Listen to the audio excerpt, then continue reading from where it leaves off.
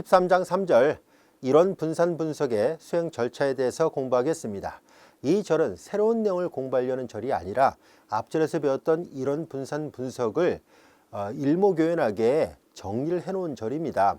앞으로 여러분들이 분산 분석을 할 때 이런 단계별로 분석을 하면 됩니다라는 것을 요약해 놓은 절이라서 어떤 흐름인지 한번 살펴보도록 하죠. 이미 다 앞서 배웠던 내용들입니다. 우선 세 가지 전제 조건하에서 다루고 있었죠. 첫 번째는 각각의 표본을 확률적으로 독립이 되게끔 추출해야 된다는 이 독립성 가정을 만족해야 됩니다. 그리고 각각의 모집단은 정규분포를 따른다는 정규성 가정을 만족해야 되고요. 그리고 각각의 모집단의 분산들이 모두 다 같다. 즉 등분산 가정이라는 조건을 만족한다는 전제 조건하에서 분산 분석을 시행하려고 합니다. 이와 같은 세 가지 가정은 이론 분산 분석뿐만 아니라 뒤에서 배우게 되는 이원 분산 분석에서도 동일하게 가정하고 있습니다. 그래서 이 세 가지 가정하에서 분산 분석을 한다는 것을 잘 알아두세요. 우리의 학습 목표는 각각의 모집단에서 나타나는 이 모평균들을 우리가 비교를 해보려고 하는 거예요. 과연 모평균 값들이 같은지 또는 다른지 이런 것들을 우리가 통계적으로 검증을 해보려고 하는 것이 분산 분석의 목표거든요. 그래서 우리는 귀무가설을 세우려고 합니다. 즉 각각의 모집단의 평균이 모두 다 같다. 이것이 귀무가설이고요. 그에 대립하는 대립가설은 평균이 다르다라고 대립가설을 세워보도록 하겠습니다.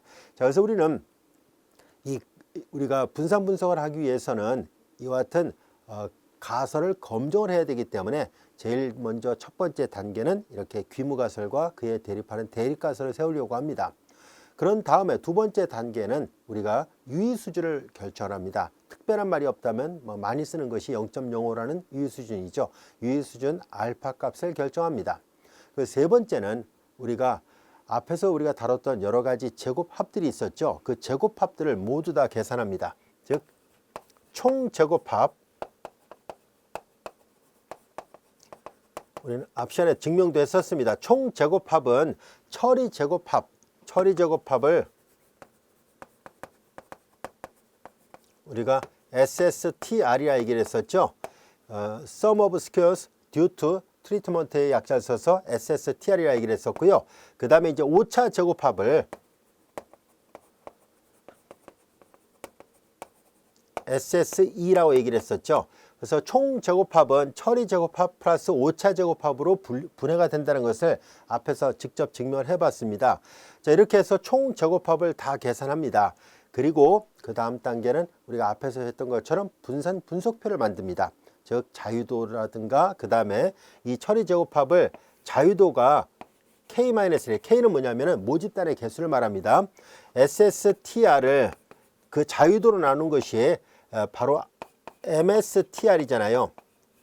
그 mean square due to treatment의 약자를 쓴 거예요. 그래서 얘를 처리 평균 제곱이라 얘기를 했었죠.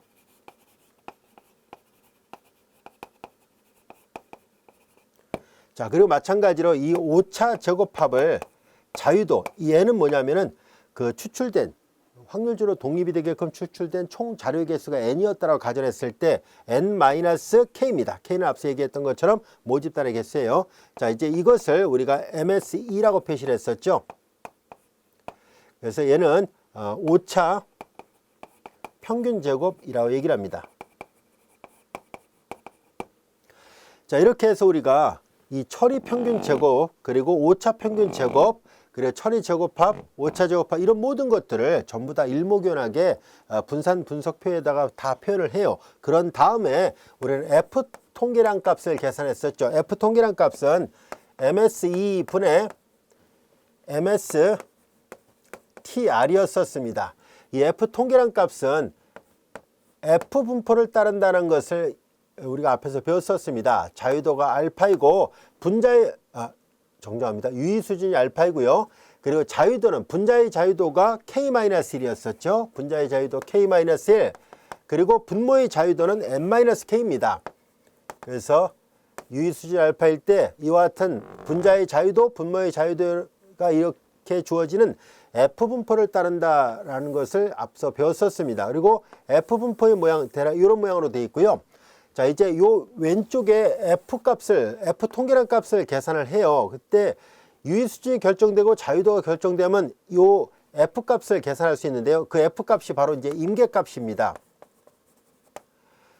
만약에 왼쪽에 이 F 값을 계산한 것이 이 임계 값보다 크다라고 가정한다면 요 빗금친 영역이 바로 기각력에 해당되거든요. 기각력에 속하니까 이 F 값이 만약에 기각력에 속하면은 귀무가설을 기각하게 되고요. 만일 이 F 값이 임계 값보다 작게 나온다면, 작은 값이 나온다면 기각력 안에 속하지 않았기 때문에 이 귀무가설을 기각할 수 없다라고 결론 내리면 됩니다. 또는 이제 P 값을 이용해서 계산할 수도 있죠. P 값을 이제 유의 수준 알파랑 비교를 해봅니다. 만약에 유의 수준 알파보다 작은 값이 나왔어요. 얘가 0.05인데 0.01, 0.02 이런 값이 나오게 되면은 그 유의 수준보다 훨씬 더 작게 나왔다는 얘기니까 요 빗금친 영역이 확률 P 값이거든요. 여기에 P 값에 이 빗금친 영역의 넓이가 이 P 값에 해당되는데 이 값보다 작다는 얘기니까 더 오른쪽에 있었다는 얘기예요. 그래서 기각력 안에 속하니까 이렇게 되면은 귀무가설을 기각하게 되고요. 만약에 부등호 방향이 반대가 돼 있어요. 알파 유의 수준 값보다 P 값이 큰 값이 나오면은 훨씬 더 넓이가 크다는 얘기니까 여기쯤에 있었다는 얘기니까 기각력 안에 속하지 않으니까 귀무가설을 기각할 수 없다라고 결론 내리면 됩니다. 자, 그래서 우리는 이론 분산 분석의 절차는 어렵지 않습니다. 먼저 가설을 세우고요. 그 다음에 유의 수준 알파를 결정한 다음에 이렇게 여러 개의 제곱합들을 구하고 그 다음에 이런 것들을 다 구해요. 이런 것들을 다 구해서 분산 분석표를 만들어요. 그런 다음에 이제 부록에 나와 있는 이 확률값을 계산하거나 아니면 F값을 계산해서 이걸 서로 비교해 봅니다. 비교해서 기각력에 속하면 기각, 그렇지 않으면 기각할 수 없다는 결론을 내리면 되고요. 그렇게 해서 우리가 분석의 결과를 설명하면 됩니다. 자, 이제 그런 내용들을 요약해 놓은 거거든요. 그래서 유의 수준을 정합니다라는 것 조금 전에 다 설명했던 내용이에요. 그 다음에 제곱합들을 모두 다 구하고 그 다음에 이런 것들도 다 구해서 바로 이런 분산 분석표를 도표를 만들어요. 그런 다음에 이제 이 값을 계산을 해요. F 값을 구하거나 또는 P 값을 계산을 해요. P 값이 알파보다 작으면 기각을 하고 그 다음에 F 통계량 값이 임계값보다 커도 역시 기각을 하고요. 부동호가 반대가 되거나 임계값보다 작으면 기각할 수 없게 됩니다. 그렇게 해서 이렇게 분산의 결과를 우리가 설명하면 됩니다. 이해할 수 있겠죠? 어려운 내용은 아닙니다. 자, 그러면 이와 같은 내용들을 앞 시간에 배웠던 예문을 가지고 다시 한번 종합적으로 한번 계산을 해서 설명하도록 하겠습니다. 역시 계산기의 도움이 필요하다 보니까 책의 결과를 그냥 결과만 써서 흐름만 얘기를 해보도록 하겠습니다. 자, 예제 13번에 1번 앞절에서 배웠던 예문이에요. 자, 우리는 4개의 그룹으로 나눴었고요. 충돌 실험에서 마네킹의 파선 정도를 나타내는 평균값들을 수치화시켜서 표현한 겁니다. 첫 번째 자리의 평균, 두 번째 자리의 평균, 세 번째, 네 번째 자리의 평균입니다. 이렇게 표본으로부터 얻은 평균을 가지고 전체 모집단의 평균을 우리가 추정을 하려고 하고요. 그래서 이렇게 표본 평균 값들을 이용해서 모평균 값을 그냥 이걸로 이제 대신하려고 하는 거거든요. 표준 편차를 다 계산해 놨고요. 자, 그래서 앞에서 얘기했던 것처럼 이런 총 제곱합, 처리 제곱합, 오차 제곱합들을 다 계산을 해봅니다. 그래서 이제 단계 1번에서 규모가설과 대립가설 세우고요. 유의 수준, 그리고 이 세 가지 제곱합들을 모두 다 계산해봐요. 그 X1 바, X2 바는 뭐냐면 첫 번째 자료의 평균, X2 바는 두 번째 자료의 평균 이거예요. 자, 그런 다음에 얘네들을 앞서 배웠던 그 공식에다 대입해서 하나하나 다 구해봅니다. 그렇게 해서 이렇게 처리 제곱합을 앞에서 배웠던 공식에다 계산하니까 이와 같이 186,825이라는 값이 나왔고요. 그 다음에 이 오차 제곱합을 계산해 보니까 이 값이 나왔습니다. 그래서 총 제곱합을 계산하니까 이게 나왔고요. 자, 그 다음에 이제 이런 분산 분석표를 만들었을 때 앞서 그 모집단의 개수가 4개잖아요. 소형차, 준중형차, 중형차, 대형차 4개니까 4에서 1 빼니까 3이 나온 거고요. 자, 이제 총 자료가 아까 각 모집단마다 5개의 자동차를 추출해서 충돌 실험을 한 거니까 4, 5, 20, 20개잖아요. 20-4, 그래서 16이 된 거예요. 자, 이제 여기는 뭐냐면은 전체 총은 이걸 2개 다 더해버리면 n-1이잖아요. 그래서 20-니까 19가 된 거고요. 자, 이제 처리 제곱합, 오차 제곱합, 그리고 총 제곱합을 다 계산한 거고요. 그 다음에 이제 여기 각각 평균 제곱을 계산한 거예요. 자유도로 나눈 거죠. 이걸 3으로 나누고 이 값을 16으로 나눈 거예요. 그렇게 됐고, 통계량은 바로 이것분의 이걸 계산한 거죠. 자, 그래서 여기 보다시피 MSE 분의 MSTR을 계산한 거예요. 이것분의 이걸 계산한 거. 이게 소수점이 있어요. 그래서 이것분의 이걸 계산한 게 3.8934 정도가 나왔습니다는 얘기예요. 자, 그러면 이제 부록에 있는 걸 가지고 계산해야 되죠. 자, 분자의 자유도는 3이고요. 분모의 자유도가 16이에요. 3, 16이고 여기가 0.05가 되는 F값을 계산한 거예요. 자, 그래서 F값을 다 계산해 보니까 이건 다 앞서 이제 계산하는 과정을 그 도표 안에 있는 것을 이제 계산한 것을 설명한 거예요. 자, F값을 계산한 것이 F 통계량 값, 좌변을 계산한 것이 3.8934였고요. 자, 그 다음에 이제 이걸 계산하니까 3.24가 나온 거예요. 여기 임계값이 여기가 3.24가 나와요. 그런데 F값을 계산한 것이 3.8934가 나왔기 때문에 기각요한에 속하잖아요. 이 유의 수준하고 그 다음에 자유도를 다는 이 임계값이 3.24였는데 실질적으로 좌변에 있는 이 F 통계량 값이 3.8934였기 때문에 임계값보다 큰 값이 나왔기 때문에 기각요한에 속합니다. 그래서 귀무가설을 기각할 수밖에 없다는 것을 알게 됐습니다.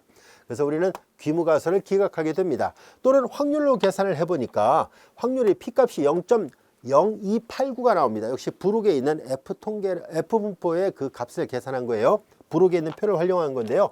근데 유의 수준 알파가 0.05잖아요. 0.05. 0.05보다 0.289가 훨씬 더 작은 값이니까 유의 수준보다 작게 나왔으니까 당연히 역시 기각하게 됩니다라는 것을 알 수 있습니다.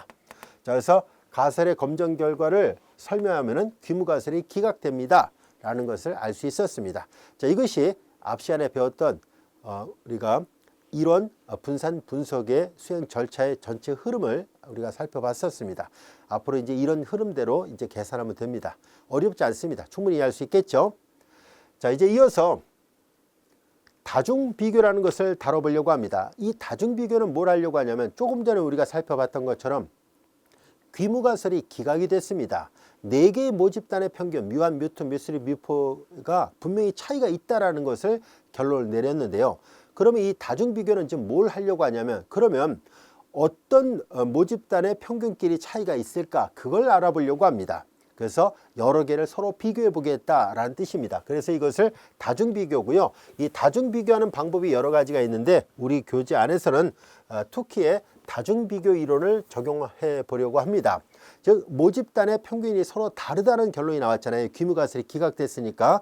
그래서 첫 번째 모집단과 두 번째 모집단의 평균의 차를 비교해보고 첫 번째하고 세 번째, 첫 번째하고 네 번째, 두 번째하고 세 번째, 두 번째하고 네 번째 이런 식으로 다 비교를 하는 거예요. 그래서 모집단 4개 중에서 2개의 모집단을 서로 비교하니까 조합을 따진다면 4 컨비네이션 2를 계산을 해야 되잖아요. 그 4 컨비네이션 2니까 이들을 계산하는 방법은 4 팩토리얼, 2 팩토리얼, 4에서 1 빼니까 2 팩토리얼이 되죠. 자, 그래서 이거 다 계산하면 4, 3, 2, 1이고요. 여기는 2 곱하기 1, 2 곱하기 1이니까 이거 소거돼서 2, 3, 6가지가 있다는 것을 알 수 있습니다. 그래서 6가지를 모두 다 조사를 해야 돼요. 그래서 말 그대로 이렇게 여러 개를 비교한다 해서 다중비교라고 얘기를 합니다. 자, 모집단의 평균들을 둘씩 짝을 지어서 평균의 차이에 대한 신뢰 구간을 구하는 방법이에요. 그래서 만약에 신뢰 구간 안에 0이 포함되어 있지 않다면 그러면 두 모집단의 평균의 차는 유의적이다. 뭔가 차이가 분명히 있다라는 것을 말해주고요. 그리고 이 신뢰 구간 안에 0을 포함하고 있다면 그렇지 않다라고 결론을 내리도록 하겠습니다. 그래서 여기 보다시피 신뢰 구간의 값이 0을 포함하지 않는다면 신뢰 구간에 0이 포함되어 있지 않다면 두 모집단의 평균은 유의적으로 차이가 있다라고 결론을 내리도록 하겠습니다. 라는 얘기예요. 자, 이제 그러면 이 투키의 다중비교를 하려면은 그러면 신뢰 구간을 가지고 결정한다는 얘기잖아요. 그 신뢰 구간을 그럼 어떻게 결정합니까? 라는 얘기인데요. 자, 이걸 할 때 이 투키의 이 다중비교를 할 때요. 사용하는 분포는 Q 분포를 사용합니다. 또는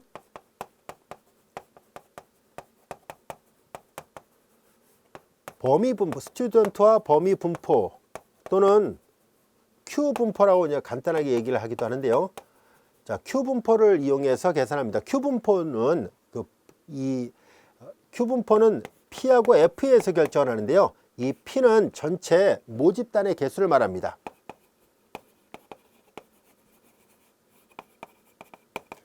F는 자유도예요. 근데 이 Q 분포의 그래프는 모집단의 개수와 자유도가 달라질 때마다 그래프가 제각각 달라집니다. 우리 교재에는 그 여러 가지 Q 분포의 그래프 중에 하나를 저자가 이제 그려놓은 것 뿐이에요. 실제로 이 Q 분포는 이 모집단의 개수와 자유도에 따라서 다양한 그래프가 그려지는데요. 자, 그 그래프를 한번 살펴보도록 하겠습니다. 그래서 여기 보다시피 투키의 다중비교 방법은 스튜던트와 범위 분포 또는 Q 분포를 이용해서 계산하고요. Q 곡선은 두 개의 모수에서 결정되며 P는 앞서 얘기했던 것처럼 모집단의 개수, F는 자유도예요. 자, 그래프의 윤곽을 살펴보면 이런 식으로 그려집니다. 여러 종류의 그래프가 그려지고 우리 책에는 그 중에 하나인 이 그래프만 그려놓은 것 뿐이에요. 대략 이런 그래프. 교재 하나만 있지만 여러 개가 있습니다. 이렇게 여기 보면은 다양하게 전체 자유도라든가 모집단의 개수가 달라질 때마다 이렇게 되는데요. 만약에 자유도가 커지고 모집단의 개수가 많아지면은 거의 오른쪽으로 가서 이렇게 약간 비대칭이었던 게 약간 대칭 형태로 이렇게 바뀌는 특징을 가지고 있습니다. 자, 책에 있는 그림 요것만 되어 있는데요. 요걸 갖고 설명한다면 자, 이제 마치 요렇게만 되어 있다면 조금 전에 우리가 다뤘던 것처럼 F 분포랑 거의 비슷하게 생겼습니다. 그러나 이제 보다시피 이렇게 이 모집단의 개수와 자유도가 커지면 커질수록 이렇게 오른쪽으로 점차 이동을 해요. 그래서 거의 대칭 구조 형태에 비슷하게 바뀌는 특징을 갖고 있습니다. 자, 이 Q 분포도 역시 이 스튜던트와 범위 분포도 뒤에 부록에 나와 있습니다. 그 부록을 보고서 확률값을 계산할 수 있습니다. 자, 이제 우리는 뒤에 분포를 이용해서 부록을 이용해서 그걸 찾는 과정을 설명하고 있습니다. 자, 이제 여기서 보면은 모집단의 개수가 만약에 4가 되고 그리고 자유도가 만약에 16이 된다 라고 돼 있을 때 이런 두 개의 모습을 갖는 Q 분포를 뒤에 부록에서 쭉 찾아보면은요, 그 다음에 이제 유의수준 0.05로 계산했을 때 4.05가 나옵니다라는 얘기예요. 그럼 여러분들 뒤에 부록이 있죠. 표를 보는 방법을 설명한 것 뿐이니까 직접 표를 보면 금방 이걸 찾을 수 있습니다. 어렵지 않습니다. 자, 이제 이 투키의 다중비교 방법을 하려면은 조금 전에 설명했던 것처럼 실내 구간 안에 0이 포함되어 있지 않다면 두 모집단의 평균 길이는 유의성이 있다, 즉 차이가 있다라고 결론 내릴 수 있다라고 얘기를 했었죠. 자, 그러면 실내 구간을 그럼 어떻게 결정할 것인가 하는 얘기인데요. 투키의 실내 구간을 결정하는 공식은 바로 여기 나와 있습니다. 자, 여기 보면 되게 복잡한 듯 보이는데요. 한번 쭉 써서 표시를 해보도록 할게요. 자, 투키의 실내 구간 공식은 자, 이제 모집단별로 평균을 계산한 것을 자, I 모집단의 평균은 XI 바로 표시하고 J번째 모집단의 평균을 XJ 바로 표시를 해보겠습니다. 자, 그리고 여기 이제 플러스 마이너스 붙인 것은 이제 실내 구간에서 왼쪽 끝점은 마이너스로 오른쪽 끝점은 플러스로 표시하려고 하거든요. 자, 그리고 여기에서 보면 루트 2로 나누고요. 그 다음에 요거는 좀 전에 얘기했던 Q 분포예요. 그리고 알파는 유의 수준이고요. 그 다음에 이제 여기는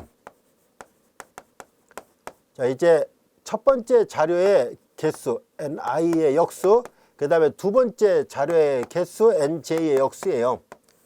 자, 이제 그리고 여기 보다시피 MSE니까 앞서 얘기했던 것처럼 오차 평균 제곱입니다. 자, 이것이 바로 투키의 다중비교 실내구간 공식입니다.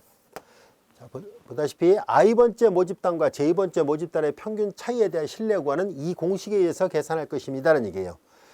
전체적으로 본다면 이제 우리가 앞서 우리가 다뤘던 것처럼 이런 분산 분석표를 쭉 만들면은 XI 바나 XJ 바를 다 계산할 수 있고요. 여기서 이것도 이미 충분히 계산되고 이건 이제 자료를 도표를 통해서 우리가 확인해 볼 수 있죠. 요 Q 알파 값만 부록에 있는 확률을 계산해서 결정하면 됩니다. 그래서 Q 알파는 스튜던트와 범위의 Q 값이고 이거는 앞서 얘기했던 것처럼 오차 평균 제곱입니다라는 얘기예요.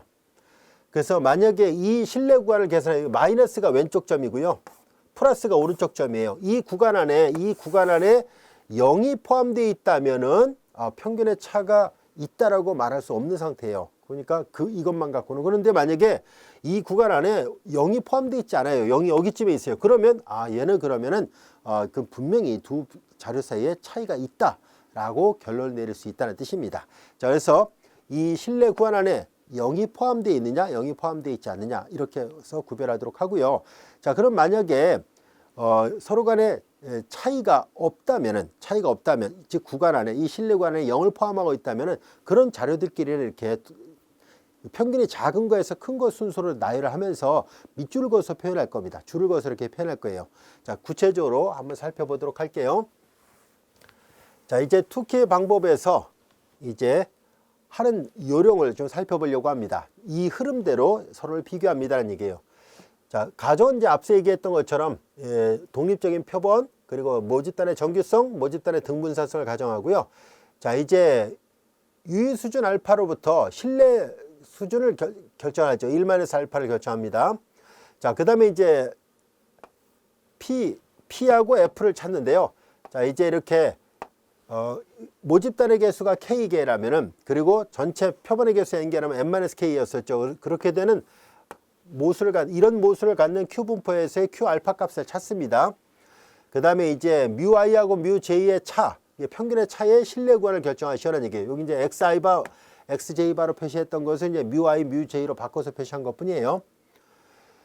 자, 그리고 이렇게 되는 값을 다 계산하시라는 얘기예요. 자, 이제 평균의 짝에 대해서 동일하게 반복하고요. 구할 수 있는 모든 것들, 아까 얘기했던 것처럼 만약에 모집단이 4개라면은 4개를 다 조사하는데 4 컴비네이션 2를 계산한 것이 6가지가 나왔으니까 6개의 신뢰 구간을 모두 다 조사를 하라는 얘기입니다.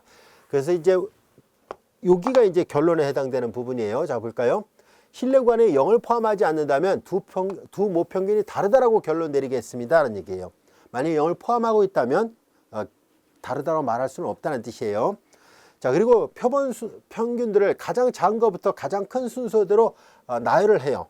그래서 이제 예를 들어서 모집단 1번, 모집단 2번, 모집단 3번, 이렇게 모집단 4번 이렇게 있었을 때, 만약에 이 순서대로 평균이 제일 오른쪽으로 가면서 크다라고 가정했을 때, 만약에 여기 보면 모평균이 서로 간에 그 신뢰 구간 안에 0을 포함하고 있으면 그들끼리는 이렇게 밑줄을 그으라는 얘기예요.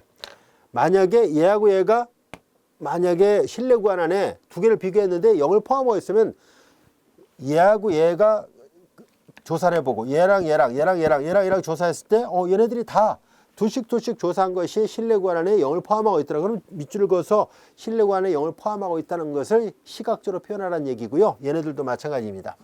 그러나 이제 여기서 서로 간에 밑줄이 쳐져 있지 않은 것들끼리는, 자, 모집단 1번하고 모집단 4번끼리는 서로 밑줄 그어져 있지 않죠. 그러면은 이 신뢰 구간 안에 0이 포함되어 있지 않다는 것을 말해주고 있습니다. 얘네들도 밑줄이 그어져 있지 않죠. 그러니까 신뢰 구간 안에 0이 포함되어 있지 않으니까 두 모평균이 다르다라고 결론 내릴 수 있습니다. 그래서 이 투키의 다중 비교를 할 때 이렇게 밑줄을 그어 놓으면은 어떤 거랑 어떤 것이 서로 모평균이 다르다라고 결론 내릴 수 있는지를 밑줄이 연결되어 있지 않은 자료들끼리를 비교해 봄으로 해서 쉽게 구별할 수 있다는 것을 알 수 있습니다. 자, 그래서 서로 다르지 않은 것들을 이렇게 서로 연결하라는 얘기예요. 자, 그럼 구체적으로 우리 그러면은 앞서 배웠던 예문을 가지고 한번 이 투키의 다중 비교를 한번 예문을 구체적으로 살펴보도록 하겠습니다. 자, 앞전에서 배웠던 내용이에요. 자, 우리가 4개의 모집단으로 나눴었죠. 소형차, 준중형차, 중형차, 대형차예요. 자, 이렇게 해서 표시를 해보고 각각의 평균을 이제 번호를 붙인 거고요. 평균을 계산해 본 거예요. 그리고 이제 표본들의 개수를 각각 5개씩 우리가 무작위로 표본을 선택을 했지 않습니까? 자, 그리고 이제 우리는 앞서 했던 것처럼 유의 수준을 생각을 하고요. 유의 수준으로부터 신뢰 수준을 찾아요. 1-알파를 찾은 거고요. 그 다음에 이제 이렇게 모집단의 개수와 자유도를 다 계산한 거예요. 모집단에 4개 있었죠. 소형차, 준중형 이렇게 해서 4개고 표본이 각각이 5개씩 뽑았으니까 20개인데 이 N-K잖아요. 그 표본의 총개수에서 모집단의 개수를 빼니까 16이 나옵니다. 그래서 결과적으로 4하고 16이 나온 거예요. 4하고 16. Q 분포에서 알파는 0.05고 4하고 16이 되는 Q 분포 값을 계산한 것이 4.05가 나온 거예요. 4.05. 자, 그리고 이제 우리는 앞서 했던 것처럼 오차 평균 제곱 MS2를 계산해 보니까 이것이 이렇게 나왔고요. 그 다음에 이제 그 모평균의 차에 대한 신뢰 구간을 계산한 것을 이제 표본 평균을 갖고 계산한 거예요. 자, 이제 이렇게 계산해서 여기다 대입한 겁니다. 4.05는 이걸 계산한 값이고요. 요거 MS2 값을 한 거고, N1의 역수, N2의 역수, 즉 각각의 자료가 5개씩이니까 이걸 대입을 한 겁니다. 그리고 요거는 앞서 얘기했던 것처럼 각각의 이제 평균들이었고요. 자, 그래서 신뢰구간을 이런 식으로 해서 다 조사를 하는 거예요. 전부 다 4개 중에서 2개씩 조사하니까 모두 6개를 이런 식으로 다 조사를 해가지고 0을 포함하고 있느냐 아니냐를 구별하겠다는 뜻입니다. 자, 그렇게 해서 전부 다 조사를 해 본 결과 아까 조금 전에 했던 것은 0을 포함하고 있어요. 0을 포함하고 있습니다. 그래서 소형차와 중형차의 신뢰구간을 계산하니까 이거고, 소형차와 대형차의 신뢰구간을 계산하니까 이거예요. 모두 6개 중에서 지금 프레젠테이션을 3개만 만든 것 뿐이에요. 그 여기 잘 보면 나머지 4개는 0을 그 신뢰구간 안에 포함하고 있는데요. 소형차와 중형차 그리고 소형차와 대형차는 0이 포함되어 있지 않습니다. 왼쪽 끝점과 오른쪽 끝점이 잘 보면 다 플러스로 되어 있으니까 0이 포함되어 있을 리가 없잖아요. 0을 포함하려면 왼쪽 끝점이 음수, 오른쪽 끝점이 양수로 되어 있어야 되거든요. 그래서 소형차와 중형차의 신뢰구간에는 보다시피 0이 포함되어 있지 않으니까 평균의 차이가 있다라고 결론 내릴 수 있고요. 소형차와 대형차에서도 역시 0이 포함되어 있지 않으니까 평균의 차이가 있다라고 결론 내리겠다는 뜻입니다. 그래서 소형차와 중형차, 소형차와 대형차는 차이가 있어요 라는 얘기예요. 그래서 표본 평균들을 작은 것부터 큰 순서대로 쭉 정렬을 해서 이제 소형차와 준중형차 모평이 서로 다르지 않다라고 했을 때 우리는 소형차하고 중형차, 소형차하고 대형차잖아요. 그래서 평균을 이제 작은 거에서 큰 순서대로 계산을 한 것이 바로 이거예요. 바로 이렇게 계산을 한 겁니다. 4개의 자료를 다 조사해 봤는데 중형차의 평균이 제일 작았어요. 그 다음에 대형차, 그 다음에 준중형차, 소형차였었습니다. 자, 그런데 앞서 계산했던 것처럼 이제 소형차하고 중형차 사이에 0이 포함되어 있지 않았었잖아요. 또 소형차하고 대형차를 계산했을 때 역시 신뢰구간에 0이 포함되어 있지 않았기 때문에 평균의 차이가 있다라고 결론 내릴 수 있고, 나머지는 다 0을 포함하고 있었으니까 줄을 그어놓은 거예요. 중형차와 대형차, 중형차와 준중형, 대형과 준중형 서로 이렇게 0을 포함하고 있으니까 이렇게 줄을 그은 거고요. 준중형과 소형도 역시 0을 포함하고 있어요. 그래서 여기에 6가지 경우 중에서 보세요. 하나, 둘, 셋, 넷, 다섯, 6가지가 있잖아요. 그 6가지를 서로 비교한 것 중에서 중형과 소형, 대형과 소형은 밑줄이 그어져 있지 않잖아요. 그래서 이 둘 사이에는 평균의 차이가 있다라고 말할 수 있습니다. 다중비교의 결과를 해석한다는 것 이해할 수 있죠. 나머지 줄 그어져 있는 것은 평균의 차이가 있다라고 볼 수 없다는 얘기예요. 그러니까 평균이 차이가 있다라고 말할 수 없다는 얘기인데, 그러나 소형차하고 대형차, 소형차, 중형차는 평균의 차이가 분명히 있습니다라는 얘기예요. 자, 이것이 바로 투키의 다중비교에 관한 개념입니다. 이 다중비교는 우리가 앞전에서 배웠던 우리가 이론 분산 분석에서 귀무가설이 기각됐을 때 그러면 전체 그 뮤1, 뮤2, 뮤3, 뮤4 이렇게 있잖아요. 전체 모집단의 평균들이 분명히 귀무가설이 기각됐으니까 다르다는 얘기인데, 그러면 어떤 모집단의 평균끼리 다를까? 그걸 조사하는 방법이 바로 투키의 다중비교 방법입니다. 전체적인 흐름은 우리가 이론 분산 분석하고 이 투키의 다중 비교는 서로 연결이 된다라는 것을 알 수 있습니다. 만약에 귀무가설이 기각되지 않았다면 이걸 할 필요가 없습니다. 투키의 다중비교를 할 필요 없는데, 결국 투키의 다중비교는 귀무가설이 기각됐을 때 구체적으로 어떤 모집단의 평균끼리의 차이가 있었을까를 비교 분석하는 과정이라고 볼 수 있습니다. 자, 충분히 이해할 수 있겠죠. 자, 이제 이어서 우리는 이원 분산 분석에 대해서 학습해 보도록 하겠습니다.